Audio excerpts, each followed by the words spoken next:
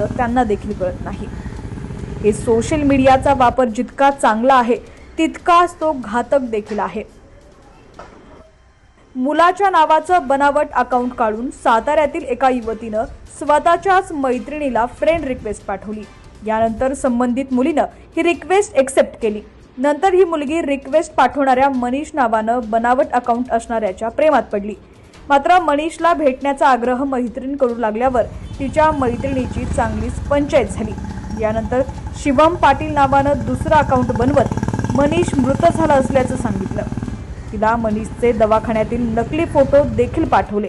यामुळे तिच्या 24 वर्षीय मैत्रिणीला हा धक्का सहन न झाल्यानं विराहातून या संबंधित मुलीनं गळफास घेऊन आत्महत्या केली आहे।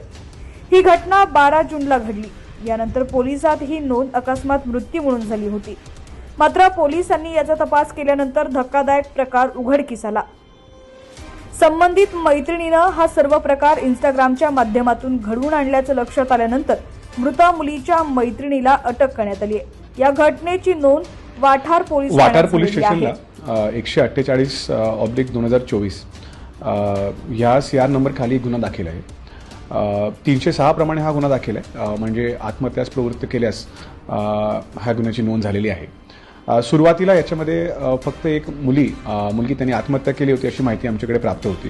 त्याच्यामध्ये तपास करायला आम्ही सुरुवात केली। मुलीने आत्महत्या जी केली होती त्याच्यामध्ये कोणालाही त्याने दोषी असं काही ठरवलं नव्हतं, परंतु त्याच्या सोशल मीडिया अकाउंटवरून वेगळ्या प्रकारची माहिती मिळायला लागली।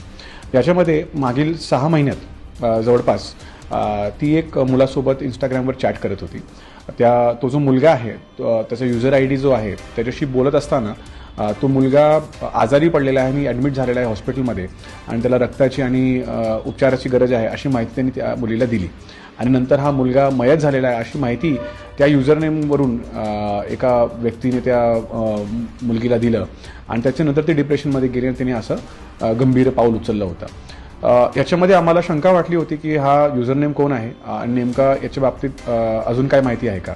माहिती काढत असताना अशी माहिती प्राप्त झाली की तो युजरनेम आणि त्याच्यासोबत अजून काय 4-5 युजरनेम होते, ते सगळे युजरनेम ह्या मैत्रिणीची एक मैत्रीण आहे ती वापरत होती आणि या सगळ्या युजरनेमचा वापर करून त्या मुलीला तिने एका प्रकारे फसवून त्याला इमोशनली ब्लॅकमेल केला आणि केल्यानंतर त्याला डिप्रेशनमध्ये ती गेल्यानंतर तिने हा गंभीर पाऊल उचललेला आहे आणि शेवटी एक जीव याच्यामध्ये गेलेला आहे।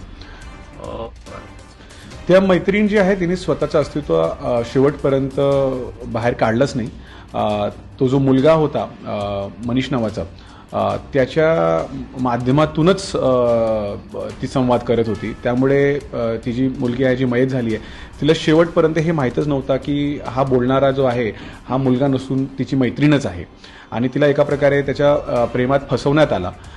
तिला वाटलं की ती त्या मुलासोबत प्रेमात आहे आणि तो मुलगा पण त्यासोबत प्रेमात आहे आणि आता ज्याच्यासोबत आपण प्रेम करतोय तो या जगातच नाही, अस्तित्वातच नाही आणि तो मयत झालेला आहे अशा प्रकारचा भ्रम एक